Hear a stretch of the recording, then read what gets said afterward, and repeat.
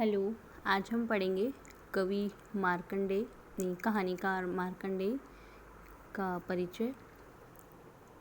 मार्कंडेय जी का जन्म 5 मई 1930 को बराई जौनपुर उत्तर प्रदेश में हुआ था। इनकी भाषा हिंदी थी और विधाएं इन्होंने लिखी उपन्यास, कहानी, कविता, एकांकी, आलोचना। इनकी कहानियाँ आज के गांव की पृष्ठभूमि तथा समस्याओं के विश्लेषण की कहानियाँ हैं। इनकी भाषा में पूर्वी उत्तर प्रदेश के गांवों की बोलियों की अधिकता में होती है। इससे कहानी में यथार्थ पृष्ठभूमि का निरूपण होता है।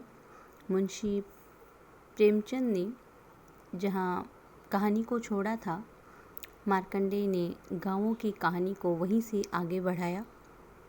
आज़ादी के बाद के हिंदी इलाकों के ग्रामीण जीवन का सबसे संजीदा और विश्वसनीय शब्द चित्र इन्होंने प्रस्तुत किया।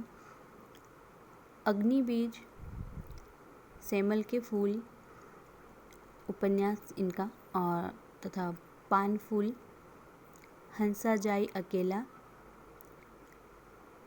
महुए का पेड़, भूदान, माही, सहज और शुभ, बीच के लोग, हलयोग, कहानी संग्रह प्रसिद्ध है। इसके अलावा पत्थर और परछाइयाँ इनका एकांकी संग्रह है। यह पृथ्वी तुम्हें देता हूँ, सपने तुम्हारे थे, ये इनका कविता संग्रह है। हिंदी कहानी, यथार्थवादी नज़रिया, कहानी की बात, प्रगतिशील साहित्य की जिम्मेदारी, इनकी आलोचना है ये। और चक्रधर की साहित्य धारा, साहित्य संवाद प्रकाशित है। मार्कंडेय की संपूर्ण कहानियाँ अब एक ही जिल्द में प्रकाशित हो चुकी हैं। मार्कंडेय ने हिंदी की साहित्यिक पत्रकारिता को नई ऊंचाई दी। अनियतकालीन पत्रिका कथा, जिसकी स्थापना उन्होंने 1969 में की थी।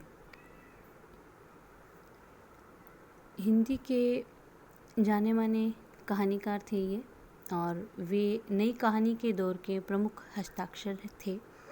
वे नई कहानी के सिद्धांतकारों में से एक थे।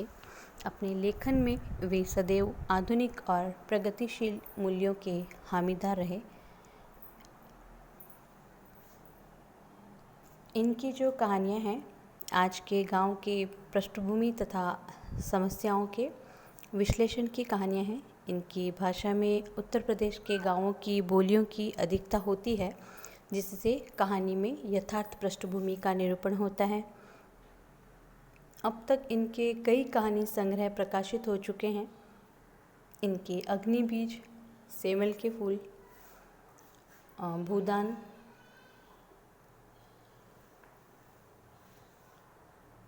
आदि प्रकाशित हैं। और अनियतकालीन पत्रिका कथा की 1969 ईस्वी में इन्होंने स्थापना की थी। साहित्य की जिम्मेदारी के साथ ही उनके संपादन में निकले कथा के 14 अंक हिंदी भाषा की साहित्यिक पत्रकारिता में मील के पत्थर हैं।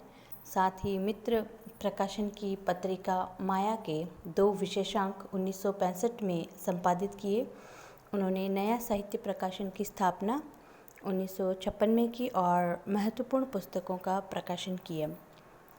कथाकार मार्कंडेय के करीबी और उन पर शोध करने वाले बालभद्र ने कहा कि मार्कंडेय सहज भाषा के धनी थे।